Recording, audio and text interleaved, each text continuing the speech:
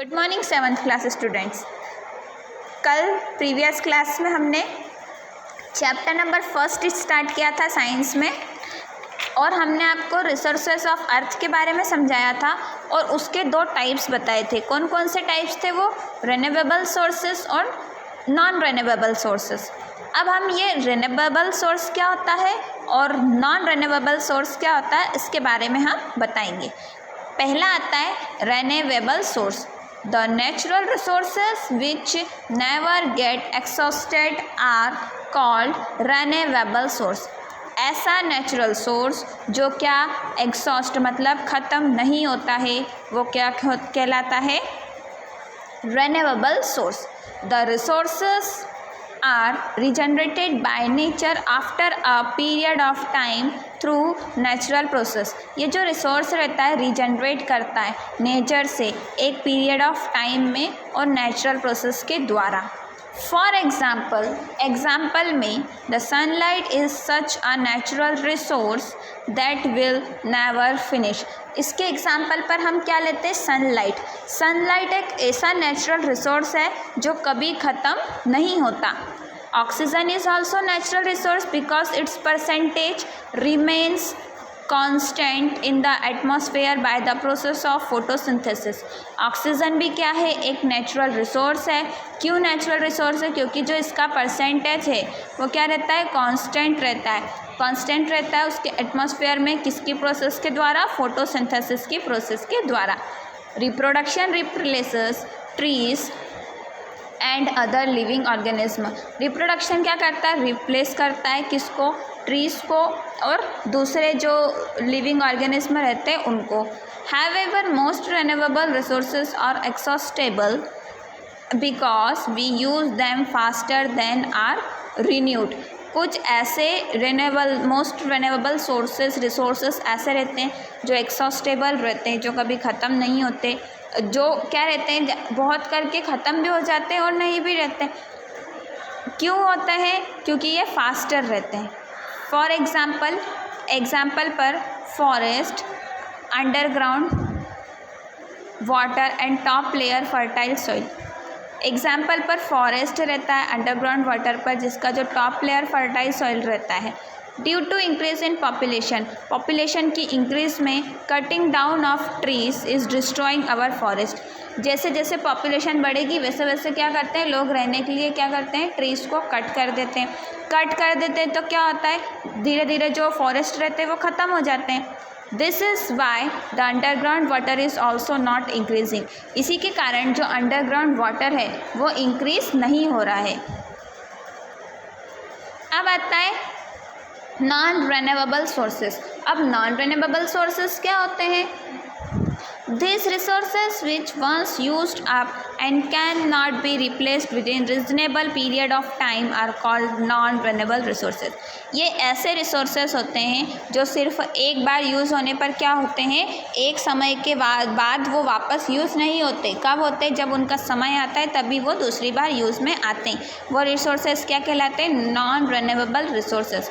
For example, अब example में क्या होगा? कोल मतलब कोयला, पेट्रोलियम मतलब पेट्रोल और नेचुरल गैसेस। ठीक है। Similarly once top soil is eroded. इसी प्रकार जो टॉप सॉइल रहता है वो इरोडेड रहता है।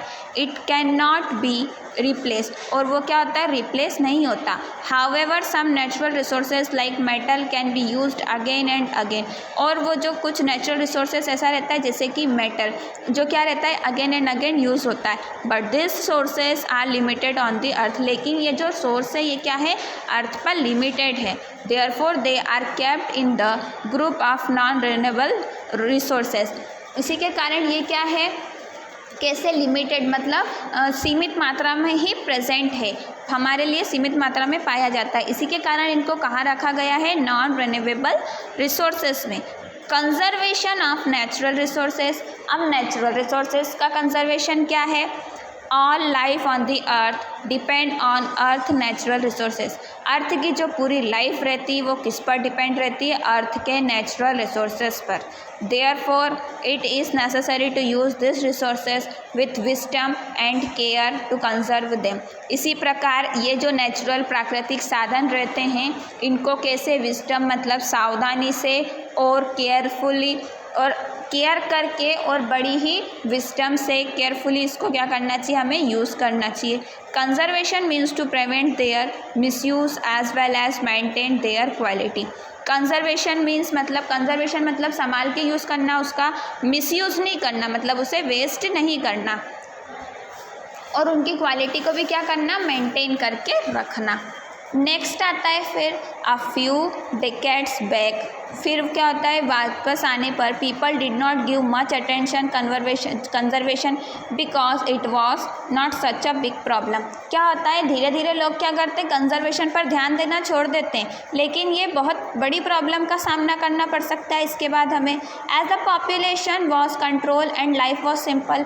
क्या होगा, जैसे जैसे कंजर्वेशन पर हम ध्यान देंगे तो पॉपुलेशन भी कंट्रोल में रहेगी और हमारी लाइफ जो है वो भी सिंपल रहेगी। But now the population of world has increased and natural resources are getting used up to provide food, cloth and houses for them। अब क्या होता है, जैसे जैसे हमारी पॉपुलेशन मतलब जनसंख्या बढ़ती जा रही है वैसे वैसे जो वर्ल्ड है, दुनिया क्या हो रही है, ये भी बढ़ती जा रही है, और नेचुरल जो रिसोर्सेज रहता है हम उसका यूज़ क्या कर रहे हैं, हमारे खाने के रूप में, कपड़े बनाने के रूप में, और उस जगह पर जहाँ पर प्राकृतिक जैसे वो खेते हैं, पेड़ है, उसको काट के हम वहाँ पर क्या बना रहे हैं, हमारे घर बना रहे हैं। The development in science and technology has increase the average life span of human which in turn increases the population.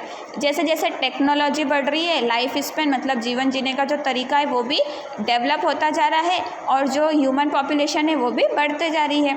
The second serious problem is that people have become slaves of luxurious culture. और सबसे बड़ी जो second problem है दूसरी क्या है, people luxurious मतलब हर किसी को कैसा जीवन चाहिए, आरामदायक। For the satisfaction of physical need and making life more and more comfortable. हाँ, खुद को सेटिस्फाई मतलब अच्छा समृद्ध करने के लिए फिज़िकल हमारी जो दैनिक नीड है उसको, और हमारी लाइफ को क्या कंफर्टेबल बनाने के लिए the use of machine has increased. Machine का यूज़ बढ़ चुका है। The machine require more energy and fuel. Machine में क्या चाहिए, एनर्जी भी ज़्यादा चाहिए, फ्यूल भी ज़्यादा चाहिए। Due to it not only natural resources exploited but also this processes increased the emission of waste product in the environment. इसके कारण क्या होता है, इससे नेचुरल रिसोर्सेज तो ख़त्म हो ही रहे हैं, और क्या हो रहा है, इन्वायरमेंट में भी वेस्ट प्रोडक्ट ज़्यादा जा रहे हैं। The atmosphere is regularly getting polluted by harmful gases. और हमारा इन्वायरमेंट क्या हो रहा है, हार्मफुल गैसेस से पॉल्यूटेड होता है। अंडर दिस सर्कमटेंसेस, इसी के उपरांत, if no care is taken the conservation of this precious natural resources, the day is not far off when humanity will strip up them and life on the earth will be peril. अगर हम इस पर ध्यान नहीं देंगे तो वो दिन दूर नहीं है कि हमारे को जो भी अच्छी प्राकृतिक और ऐसी चीज़ें मिली है वो क्या हो जाएगी, ख़त्म हो जाएगी, जिसके कारण हमारा जो जीवन है, लाइफ है, अर्थ पर पॉसिबल नहीं रहेगी। मतलब हमारी लाइफ जो है वो क्या हो जाएगी, ख़त्म हो जाएगी। क्लास 7th स्टूडेंट, आपकी आज की साइंस की क्लास यहीं पर फिनिश हुई। नेक्स्ट क्लास में हम इसी के आगे से कंटिन्यू करेंगे।